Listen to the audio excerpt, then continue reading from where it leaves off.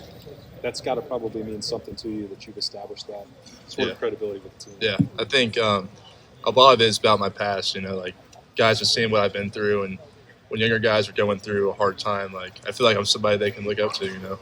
And I know that, and so when I see people that are going through a lot, I'll just sit down and talk about it with them. And say, man, I was probably in the same spot you were, probably worse, and it's never too late to turn it around.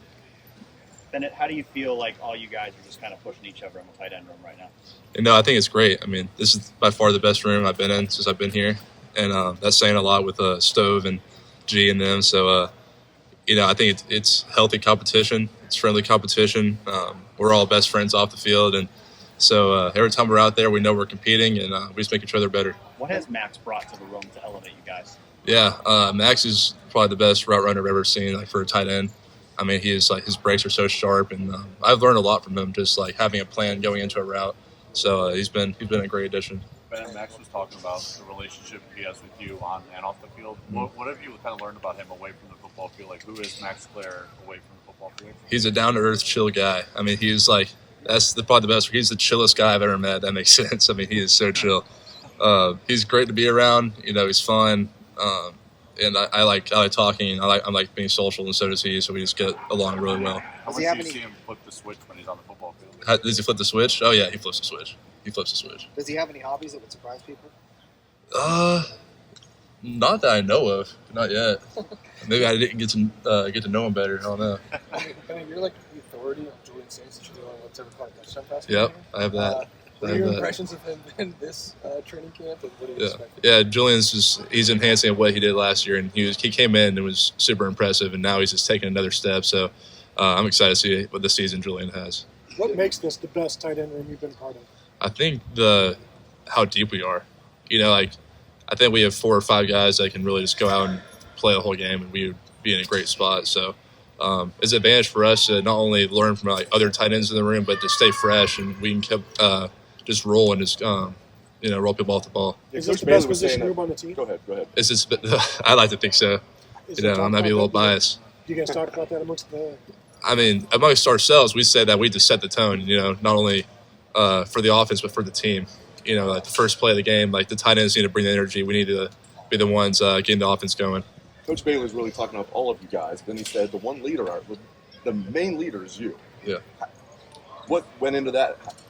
What went into you being like the best leader on this team? I think it's just I've been here the longest. I've known Coach Key probably the longest anyone in the room, and so I've built trust with him, and I've grown comfortable leading and speaking out on stuff that's not right, and I know what's right and wrong with our culture, and I think now I'm just more comfortable in calling stuff out and encouraging guys. How much responsibility did you feel for all the veterans who left after last season to feel like it was your time to step up and be a leader? I think it was just natural. There wasn't a time where I was like, oh, this is my time to lead. I was just kind of came natural to me. I have a great relationship with everybody in the room, and leading is just it's just kind of part of it. I don't really think about it.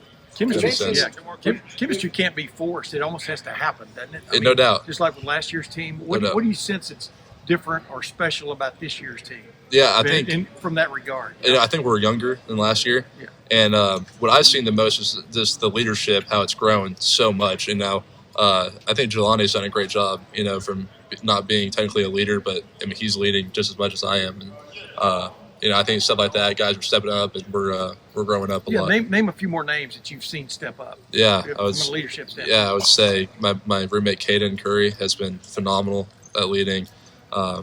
Not the obvious ones like Sonny, he's been great, but Carnell has been really good. He used not to be vocal, now he's stepping up, bringing the offense up, which is what we need. He's been really good. What about Julian? Because Will is such a great leader. I know Julian's only a redshirt freshman. How is he stepping into that leadership role as a quarterback? Yeah, Julian's been great. And I'm a cute challenge. I like messing with Julian and telling him, come on, speak up. But he's been night and day. So I'm proud of Jules. You mentioned advising guys on how to turn things around through difficult times. As you look back on your experience a couple of years ago being suspended for the season, what was important for you to turn it around and find this positive leadership? What you become now? Well, like I said, sometime in the past, my mindset was so bad at that time.